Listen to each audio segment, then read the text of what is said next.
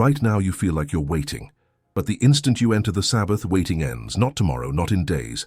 The moment strain disappears, manifestation is already finished. The question sounds innocent at first. How many days does true manifestation take? It feels practical, even responsible, as though you're simply trying to understand the mechanics of reality. But hidden inside that question is a quiet assumption that keeps repeating the same experience over and over again. It assumes that time is the cause. It assumes that if you wait long enough, if you mark enough days off the calendar, something outside of you will finally decide it's time. And the moment that assumption is accepted, manifestation is no longer creative power. It becomes a passive vigil. You stop living as the one who determines, and you start living as the one who waits. Neville corrected this misunderstanding relentlessly because he saw how subtle and destructive it was. Time in his teaching is never the power. Time is only the stage upon which states are expressed. Nothing happens because days pass. Things happen because a state is occupied. The passing of time merely reveals what was already accepted as true within.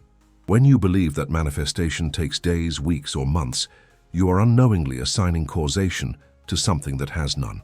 You are asking the clock to do what only consciousness can do. Scripture itself points to this, though it's often misunderstood.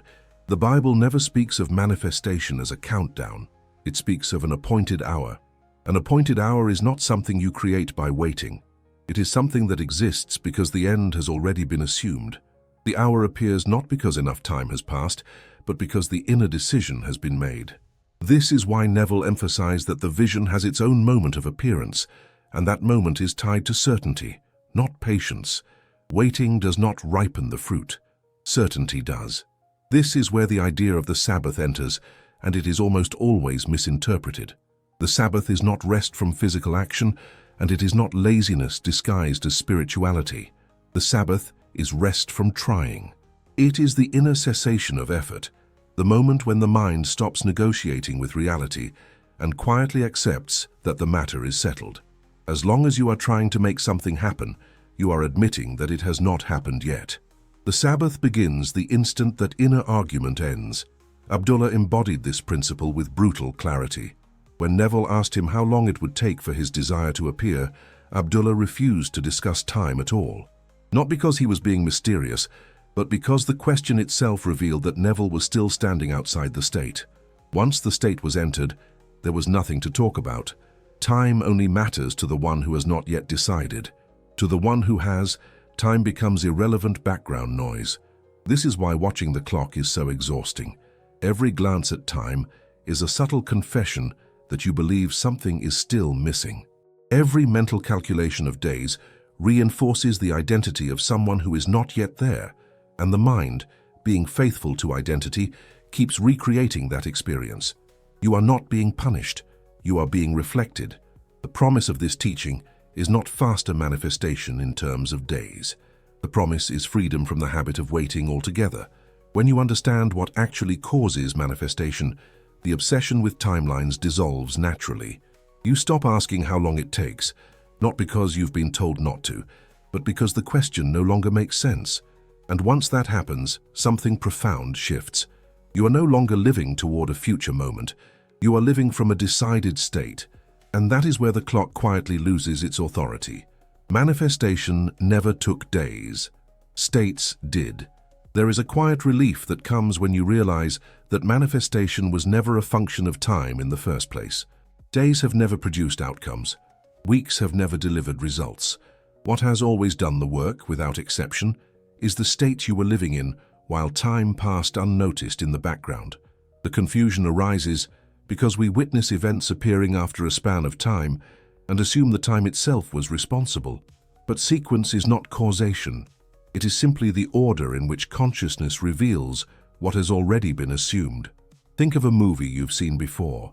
The ending does not change because you fast forward or rewind. The conclusion exists independently of how long you spend watching the middle. The film was written before you ever pressed play. In the same way, the moment you enter a state, the outcome is already implied within it. Time does not create the ending. Time only allows the ending to be witnessed. When people ask how many days manifestation takes, they are unknowingly asking how long it takes for a movie to decide its own ending. not realizing the ending was decided before the first scene ever appeared. This is why two people can assume similar desires and experience radically different timelines. One moves naturally into the identity of the one who already is, while the other hovers just outside it, peeking in and stepping back out repeatedly. The difference is not effort, discipline, or technique. The difference is state occupancy. One lives from the assumption, the other visits it temporarily, and then returns to the familiar self that doubts, waits, and evaluates. Time faithfully mirrors whichever state is dominant. When you understand this, a subtle but powerful shift occurs. You stop treating manifestation like a process that unfolds step by step, and you begin to see it as a position you either occupy or you do not. The days that follow are no longer tools you use to make something happen. They become neutral space through which the already chosen identity expresses itself. This is why nothing truly changes when someone obsessively counts days. The counting itself confirms that the state has not been entered. If time does not cause results, then identity must. This realization is uncomfortable at first because it removes the comfort of delay. It means there is no external factor to blame, no cosmic schedule to negotiate with, no hidden countdown you are waiting to expire. But it is also liberating because it returns power to its rightful place.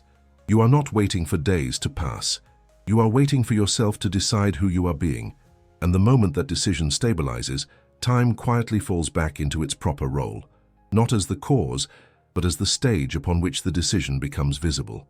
There is a point in this understanding where the entire idea of waiting begins to collapse, because you start to see that life is not responding to a long stretch of time, but to two very specific moments that repeat themselves in different disguises. Everything that ever appears outwardly is born in an inner moment of acceptance, and everything that appears physically is simply the echo of that moment made visible. No other moment has creative authority. The hours in between are not causes, they are corridors. The first moment is always internal. It is the moment an assumption is taken on as true, not intellectually, but existentially. This is the instant when the mind stops asking whether something will happen and quietly rearranges itself around the idea that it already has. Nothing dramatic needs to occur here. There is often no emotional fireworks, no surge of excitement. It feels ordinary, almost uneventful, and that is precisely why it is powerful. Reality shifts at the level of what feels normal, not what feels exciting. The second moment is external. It is the rearrangement of circumstances that mirrors the assumption already accepted. This moment appears to happen later, but in truth it is simply the physical side catching up with a decision that has already been made. The gap between these two moments creates the illusion of waiting. But nothing is being decided during that gap. The decision has already been finalized. What unfolds is not uncertainty, but translation. This is why the analogy of a shipped package is so accurate. Once the order is placed and confirmed, the delivery time becomes irrelevant to the fact of ownership. You do not wonder whether the item exists. You may notice the tracking updates, but they do not determine whether the package is yours. It already is. In the same way, once the inner assumption is made, the outer appearance is already implied. Watching the days pass does not increase certainty. It only exposes whether certainty was ever truly present. Waiting, then, is not a neutral activity. It is a psychological position.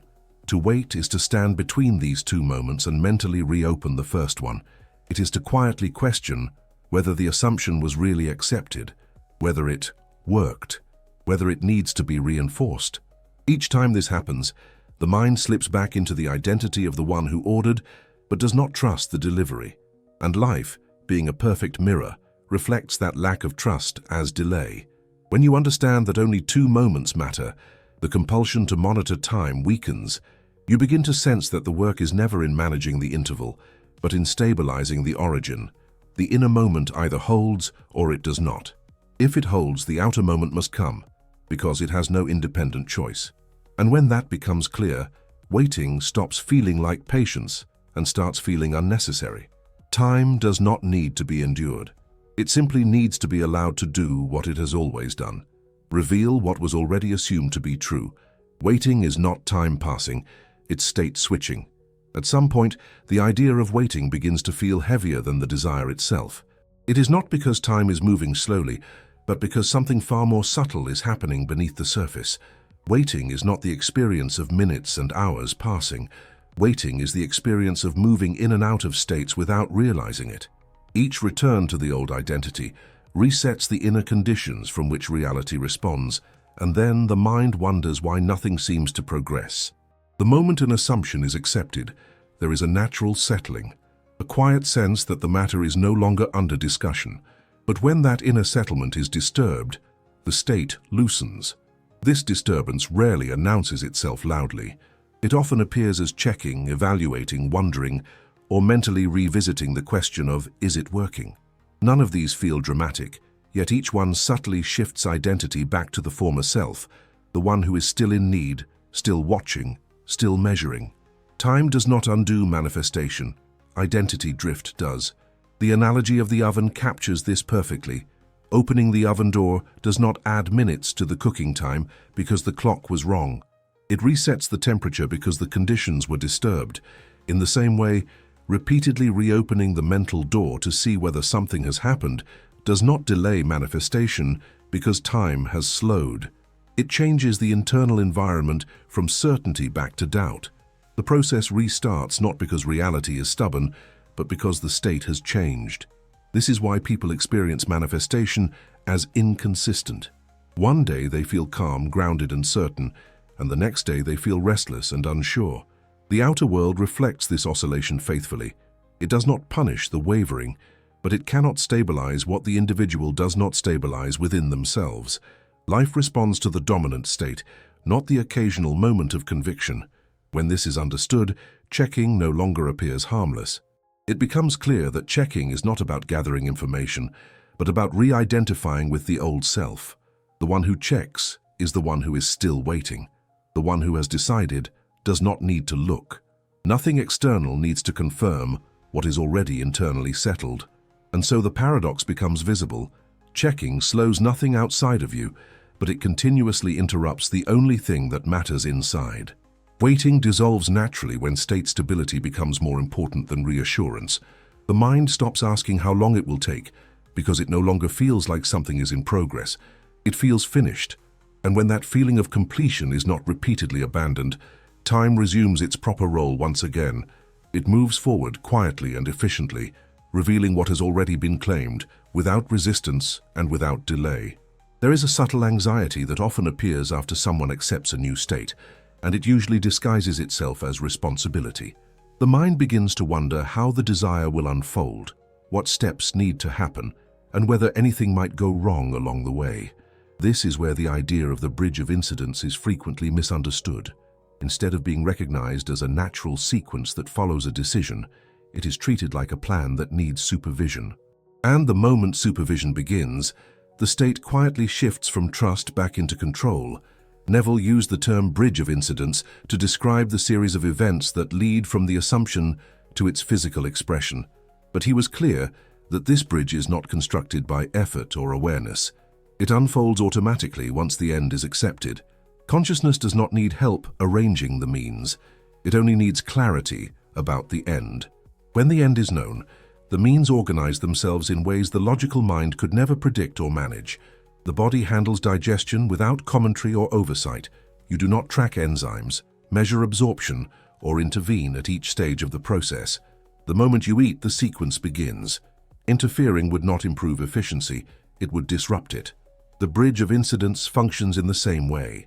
Once the assumption is taken in, life reorganizes around it without needing reminders, instructions, or corrections. The desire to micromanage the bridge usually arises from a lingering doubt about whether the state has truly been entered. If certainty were complete, there would be nothing to manage. The urge to watch the unfolding closely is not wisdom. It is an echo of the old identity that still believes outcomes require effort and vigilance.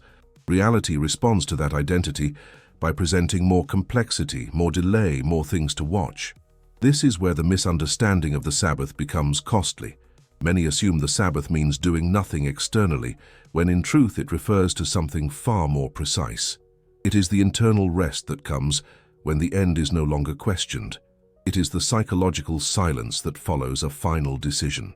When the Sabbath is entered, the bridge of incidents becomes invisible. not because it stops existing, but because it no longer needs attention. When this is grasped, a deep relief sets in. Life no longer feels like a problem to solve or a sequence to manage. Events are allowed to unfold in their own intelligent order. The mind steps back, not in resignation, but in confidence. And from that place, manifestation stops feeling fragile. It feels inevitable, not because time is on your side, but because the state no longer needs protection. There is a point at which manifestation quietly ends, even though nothing may have visibly changed yet. This is the moment Neville referred to as the Sabbath. It is not marked by celebration or external confirmation, but by an inner stillness that feels strangely ordinary. The desire no longer pulls at the mind. The question of when fades into the background. What remains is a sense that the issue has been settled and that nothing further is required. The Sabbath is not something you force yourself into. It arrives naturally when inner certainty replaces inner effort. As long as the mind is trying to make something happen, it is silently admitting that it has not yet happened. Trying is the activity of the undecided. The Sabbath belongs to the one who has already decided. When the decision is final, discussion ends. There is no need to rehearse, justify, or reinforce it. The mind moves on, not because it has given up, but because it has accepted. This is why effort disappears when the state is truly entered. Effort is a signal of distance. It arises when there is a perceived gap between where you are and where you want to be. In the Sabbath, that gap collapses. The desire is no longer something to be achieved. It is something that feels owned. Ownership has a very different emotional texture from wanting. It is quieter, less dramatic, and far more stable. Many people mistake emotional intensity for conviction. They believe that feeling strongly means believing deeply, but the Sabbath often arrives without intensity at all. It feels calm, almost boring to the part of the mind that thrives on striving. This is why it is sometimes overlooked. The mind expects fireworks and instead finds peace. Yet this peace is the clearest sign that manifestation is complete at the level that matters. Once the Sabbath is entered, life begins to move with a subtle ease. Actions, if they occur, no longer feel strategic or anxious. They feel natural, even obvious, as though they were always going to happen that way. The outer world starts arranging itself without resistance, because it is no longer being contradicted by inner effort. The Sabbath is the line that separates manifestation as labor from manifestation as law. On one side, there is striving, repetition, and constant evaluation. On the other, there is rest, certainty, and quiet expectation without urgency. When this rest is present, nothing more needs to be added. The manifestation is finished, not because it has appeared, but because it no longer needs to be questioned. There comes a stage where the tools that once felt powerful begin to lose their effect, and this often creates confusion. Affirmations are repeated, techniques are refined, visualizations are replayed, yet the inner response feels flatter than before. This is not a failure of the law, nor is it evidence that something has gone wrong. It is a sign that identity has begun to shift, and the mind is still trying to use methods that belonged to a previous position. Techniques are designed to move you into a state. They are not meant to be carried with you once you are there. When identity changes, the need for persuasion disappears. Affirmations stop feeling necessary, not because they stopped working, but because they already did their job. Continuing to repeat them from within the fulfilled state subtly reintroduces the identity of someone who still needs convincing. The tool that once opened the door becomes unnecessary once you are inside. This is why the analogy of knocking is so precise. You knock when you are outside. You stop knocking when you enter. Knocking from inside the house would make no sense, yet this is exactly what happens when techniques are compulsively repeated after the state has been entered. The repetition is no longer creative. It is nostalgic. It belongs to the memory of wanting, not the reality of having. The mind often resists this transition because effort feels productive. There is comfort in doing something, even if that something quietly contradicts the state you claim to occupy. Letting go of techniques can feel like letting go of control, when in truth, it is letting go of redundancy. The identity has shifted, but the habits have not caught up yet. This is also where frustration arises for many. They believe consistency means repetition, when in fact consistency at this level means alignment. Repeating words without the identity they were meant to generate turns them into noise. The law does not respond to volume or frequency. It responds to position. Once position changes, the same actions no longer carry the same meaning. Understanding this prepares the ground for a deeper definition of persistence. Persistence is not mechanical repetition of a technique. It is loyalty to a state. When the state is occupied, techniques naturally fall away, not through discipline, but through irrelevance. And what remains is something far quieter and far more powerful than effort, the simple continuity of being. Persistence means remaining, not repeating. The word persistence is often misunderstood because it is filtered through the lens of effort. It brings to mind repetition, discipline, and the constant application of will. But in the context of manifestation, persistence has a very different meaning. It does not refer to how often you repeat an idea, but to how steadily you remain identified with it. Persistence is not something you do. It is something you stop undoing. When a state is truly occupied, there is a quiet continuity to it. The mind does not need to remind itself of what it is. It simply moves from moment to moment with the same underlying assumption. This is why remaining feels so different from repeating. Repeating suggests insecurity, as though the state might vanish unless it is constantly reinforced. Remaining suggests stability, as though the state exists independently of attention. The analogy of a compass captures this distinction with clarity. A compass does not announce its direction or correct itself with effort. It simply points north. No matter where it is moved, it returns to its orientation without strain. In the same way, persistence is the natural tendency of the mind to return to the assumed identity when it has been genuinely accepted. There is no drama in this return. It happens quietly, often without conscious awareness. This is also why persistence becomes easier at a particular time of day. When the mind is less engaged with external demands, it naturally drifts back to its dominant state. The noise of evaluation fades, and what remains is the underlying sense of self that has been most frequently occupied. This is not something that needs to be forced, it is simply observed. When persistence is understood in this way, the fear of losing progress dissolves. There is no fragile state that must be constantly protected. There is only an identity that either feels natural or does not. If it feels natural, it will reassert itself effortlessly. If it does not, repetition will not make it stable. Only acceptance will. Remaining is subtle. It does not announce itself with excitement or urgency. It shows up as normalcy, as the quiet assumption that this is simply how things are now. And when that normalcy takes hold, time stops feeling like an obstacle. Days pass, but they do not feel like waiting. They feel like continuity. And in that continuity, manifestation moves forward without resistance, not because of effort, but because there is nothing left to contradict it. There is something profoundly different about the state, akin to sleep, that is difficult to grasp from the waking mind alone. SATS is not simply a relaxed condition or a visualization technique. It is a shift in the center of gravity of awareness. In this state, the mind is no longer positioned as an observer trying to make something happen. It becomes a receptive field in which impressions are accepted without debate. This is why Neville regarded SATS as the most fertile ground for assumption.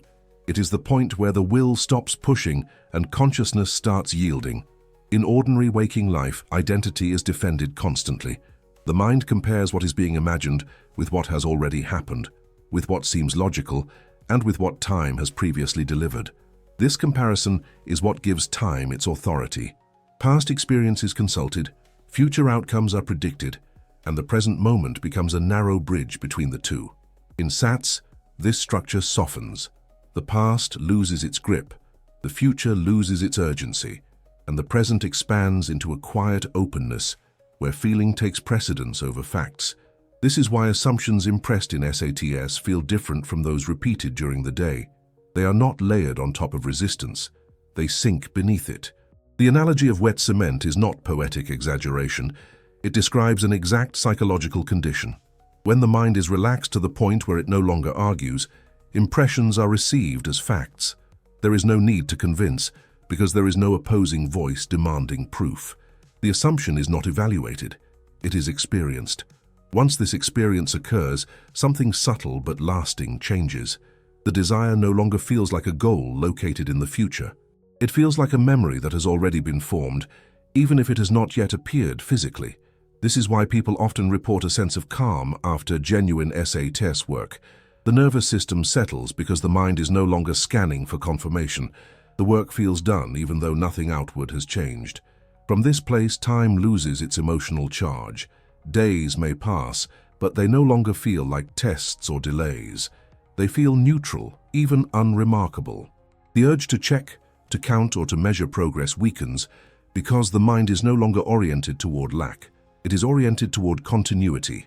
The assumption impressed in SATS becomes the background identity that waking life returns to again and again without effort. This is the point at which the original question dissolves on its own. When the state has been accepted at this depth, asking how long manifestation will take feels out of place, almost irrelevant. The mind no longer experiences itself as waiting. It experiences itself as living from a conclusion that has already been reached. And in that quiet certainty, time resumes its true function, not as a ruler measuring distance to fulfillment, but as a simple medium through which what is already assumed finds its natural expression. Stop counting days. Start not leaving the state. At the deepest level of Neville's teaching, the measure of manifestation is never time and never appearance. It is strain. The moment strain ends, the creative act is complete. Strain is not merely emotional tension. It is the inner posture of someone who believes something still needs to happen. It is the subtle leaning toward a future resolution, the mental pressure to see, confirm, or secure an outcome. When that pressure dissolves, manifestation has reached its conclusion in consciousness, even if the outer world has not yet rearranged itself to reflect it. This is why Neville consistently returned to the idea that the end is accepted, not achieved. Acceptance is quiet. It does not argue with itself, and it does not keep checking its work. When acceptance is present, the mind no longer revisits the desire as an open question. The conversation ends internally. The desire may still be remembered, but it is remembered as something settled, not something pending. This inner finality is the true Sabbath, and it is the point at which creation is finished. What appears as delay is almost always a mirror of inner wavering. Not dramatic doubt, but subtle movement between identities.